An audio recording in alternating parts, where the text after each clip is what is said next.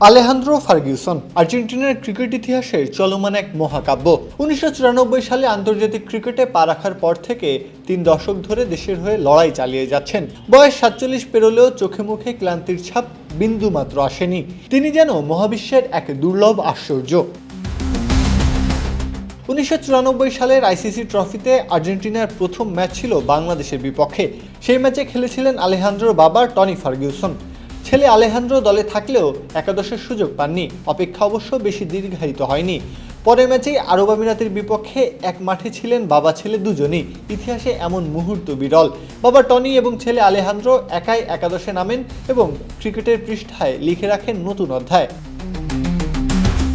আলেহান্দ্রোর পরিবারই আর্জেন্টিনার ৯৪% চিনিযুক্ত orange drinks না, নিন জিরো ক্যাল অরেঞ্জ ড্রিঙ্ক পাউডার। ক্রিকেটের এক ব্যালিস্টিক লাইন। দাদা জর্জ ফার্গুসন, বাবা টনি ফার্গুসন এবং এখন আলেহান্দ্রো, ৩ প্রজন্মের ক্রিকেটের উত্তরাধিকার। এ কেবল খেলার ধারা নয়, এটি এক পরম্পরা, এক জাতির ক্রিকেটীয় পরিচয়ের ধারাবাহিকতা। এবছরেই আলেহান্দ্রো ফার্গুসন আন্তর্জাতিক ক্রিকেটে পা রাখবেন ৩২তম বছরে। ৮ মার্চ ক্যামেন আইল্যান্ডে শুরু হতে যাওয়া ২০২৮ আইসিসি পুরুষ টি-20 বিশ্বকাপের আমেরিকা সাব রিজিওনাল কোয়ালিফায়ার। এই টুর্নামেন্টে নামলেই তিনি রেকর্ড করবেন এক অনন্য অর্জনের, ৩২ বছর ধরে দেশের হয়ে খেলার অদ্বিতীয় কীর্তি।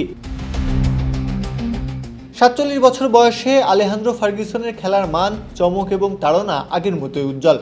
প্রতিটি বল, প্রতিটি ক্যাচ, প্রতিটি রান সবকিছুই যেন ফুটিয়ে তোলে তার অভিজ্ঞতা, দৃষ্টি এবং লড়াই। বয়স কেবল সংখ্যা, প্রতিটি মুহূর্তে তিনি প্রমাণ করছেন অভিজ্ঞতা আর প্রতিভার মিলনই তৈরি করে সত্যিকারের কিংবদন্তি। আলেহান্দ্রো ফার্গুসনের ক্যারিয়ার কেবল ব্যাটিং বা বোলিংয়ের রেকর্ড নয়, এটি আর্জেন্টিনার ক্রিকেটের ইতিহাসে এক চলমান অধ্যায়।